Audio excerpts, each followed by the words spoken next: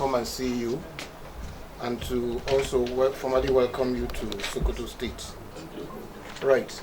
A couple of issues have arisen in what the Permanent Secretary did say about how survivors and victims interact with the system of trying to access justice through the police.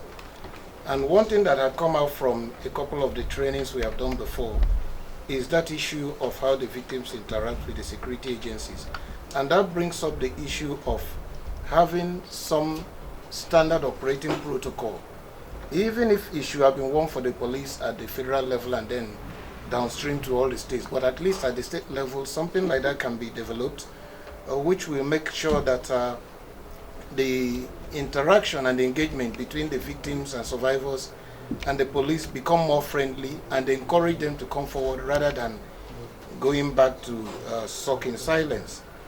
Then the second issue, which is on the VAWG bill, I know that it is more or less an act that should be done with the State House of Assembly and the Executive. But I know that very soon they may have to call for a public hearing, and of course the police may be wanted to come in to say if one or two words. We are craving your support that at any given point in time that your views are sought on that violence against persons prohibition bill, that you lend your voice and support so that that bill will see the light of the day and increase the resources available to the police in terms of tackling gender-based violence. And finally, and the third one, is the issue of deepened support for the gender desk of the police.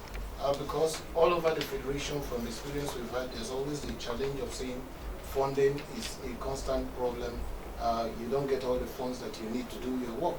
But whatever support that can be given to that gender desk, it should be deepened so that, at least as has been stated, that the engagement and the collaboration that is being given by the police to the people who are working on this area is very, very much deepened. So I stop here and thank you. Yeah,